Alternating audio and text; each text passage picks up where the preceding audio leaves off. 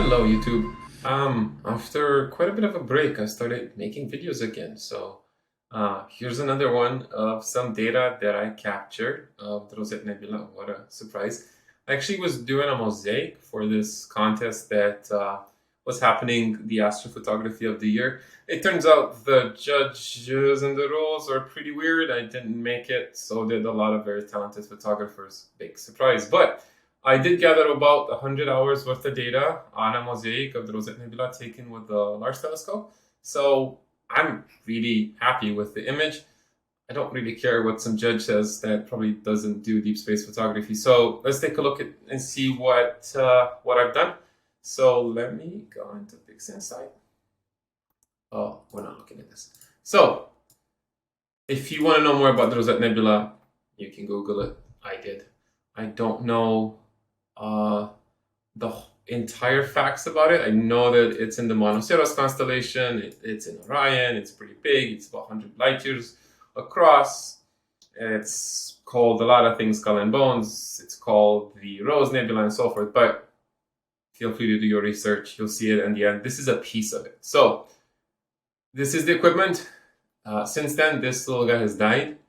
Rest in peace, my friend. You've served me well for 3 years. I have a different computer, still an industrial computer, same equipment. So I have a Ricci Chrétien 12.5-inch reflector telescope, very nice, made by Officina Stellare, the Ferraris of reflectors, if you will. I have an Esato 3-inch focuser, not a Ferrari, but still an Alfa Romeo, if you ask me. I didn't really choose the colors, all red. I did choose the colors for the dovetails from Prima Luce, who makes the focuser, but not really on a theme. It just, red seems to be pretty cool, unless you don't like communism, which is a joke. So this is the Paramount ME I, very nice mount. It can take up to about 150 pounds, real 150 pounds, not what the other smaller companies say. Very, very good mount.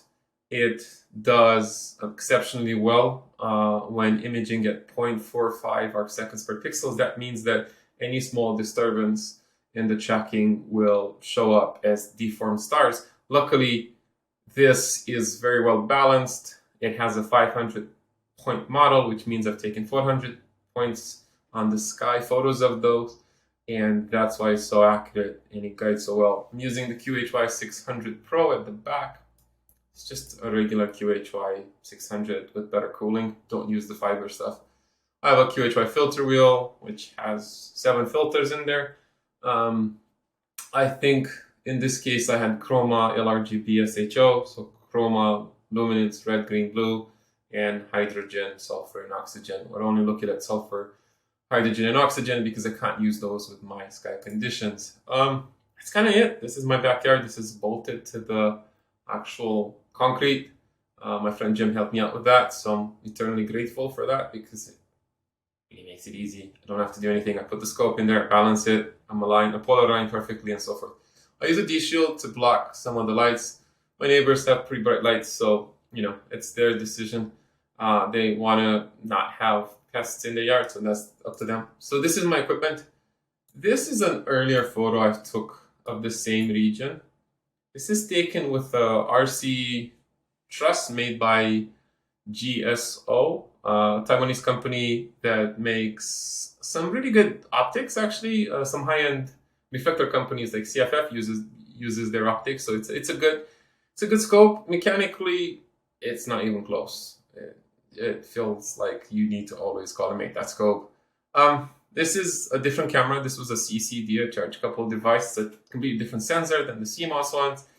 Not as sensitive, and yeah, a lot noisier, as you can see. It's still 16 megapixels, so it was a decent resolution. This was 30-minute exposures, 1800 seconds. I know it seems crazy, but it's what I was doing at the time, and I'm still proud of it today. This was my first attempt. I really love this formation inside the Rosette Nebula, but what I do like is this dark nebulosity, this dust here that looks really cool. It's a very dramatic scene. So for the contest that I was planning to submit a mosaic, I decided to do this dramatic scene of the Rosette Nebula. It's almost like a battle for gases, for whatever you want to call it. So I have about 50 hours worth of data, about 15 hours each. Let's get to it. So here is the data. Let's start with sulfur. It's very good. It's a little bit noisy. I did have good nights, I did have bad nights. The one thing I did do is I almost aligned my diffraction spikes to be like a cross.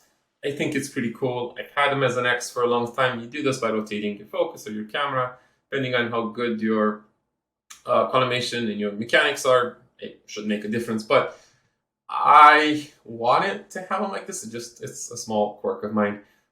So this is the sulfur data, 15 hours, pretty good. There's no deconvolution, nothing. This is just the stack, the raw stack coming out of DeepSkyStacker. Let's go to oxygen. Oxygen, get enough data, it might actually look clean. So oxygen, you can tell most of the times because it's an invert of sulfur and hydrogen. In this case, there's a lot of beautiful nebulosity. There's this weird formation here. I believe this is a star nursery here. And if I remember correctly, it's a little bit south of Box Globals, which are up here. Nice data, not as bad as I thought it would be, but still some weirdness with the flats. Maybe it was, I have some frames that have some high altitude clouds or something was happening. No matter, I can clean this up. Lastly is the best channel, hydrogen. Let me kind of get rid of this. So hydrogen looks nice. It looks so good. There's no noise. The sharpness is amazing. Once I apply deconvolution, I pull these stars back in, putting the flares back in and making them more sharp. It's gonna be cool. But I decided to do something slightly different here. I'm not gonna do my standard SHO. I'm actually gonna use hydrogen as a luminance layer, which means all the details are gonna be coming from hydrogen. And the colors are just going to apply their tinting. So it's different. So here's the stack. Sorry. One thing I'll want to say is whenever you look at images that are HASHO, where luminance is there on the AJ layer, they're not going to look as saturated because the luminance is very, very good at kind of keeping contrast and inducing color.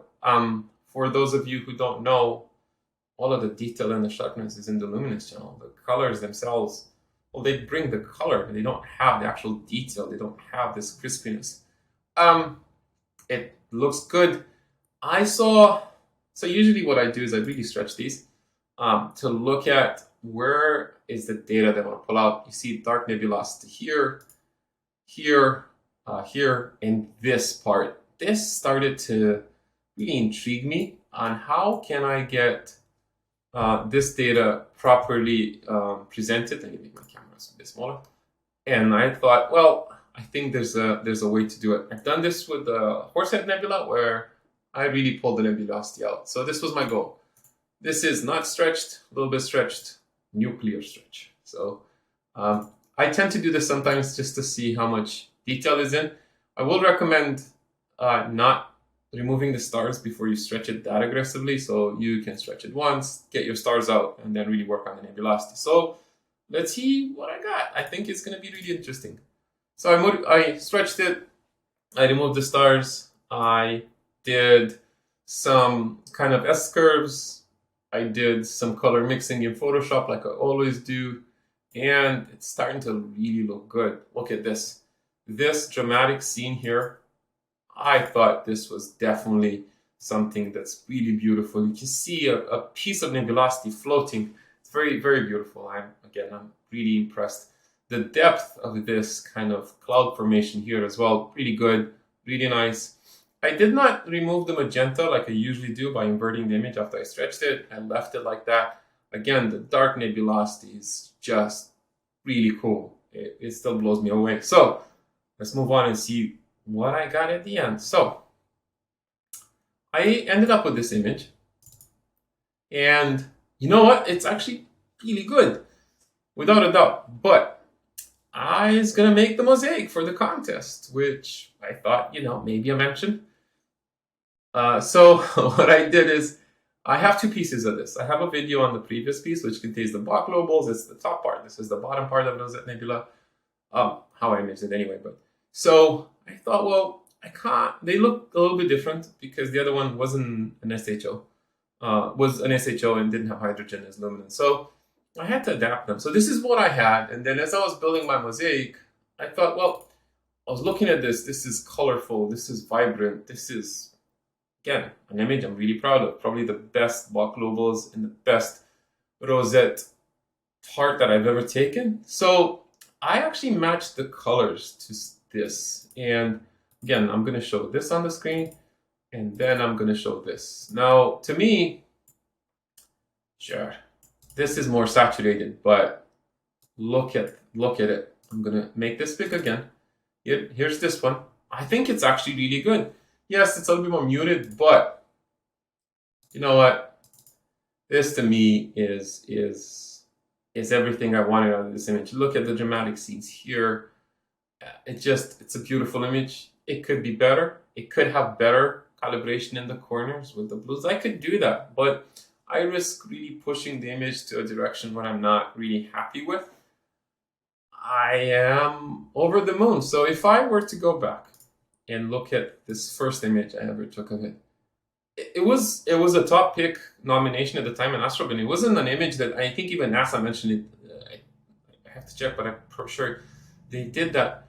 But then it doesn't really compare when you see this depth. You see this almost like membrane of nebulosity here. It looks like it's a bubble. You see this floating piece here. I didn't even know this piece was here. It took 12.5 inches of aperture and about 50 hours to get it. I'm really pleased with this image, but the way I see it, other people have to give their opinion. That happens with my day job as well as a designer, so I look forward to seeing what people think. I processed this on a new monitor, so this is much more calibrated when it comes to color correction. You probably can see that in some of the reels I did on YouTube and, on Instagram and some of the shots I did on YouTube. I'm excited to see what everybody thinks. It's a different perspective. Yes, it feels a little bit saturated, but at the same time, I'm going to print this in that big mosaic because, hey, I worked my ass over this for that contest that turned out to be a joke. So, yeah, I will do a video on the mosaic when I'm ready. And I also have another image with the large 16-inch reflector that I'm going to be doing in a video soon. I will leave you with this. Until next time, clear skies. I'm out.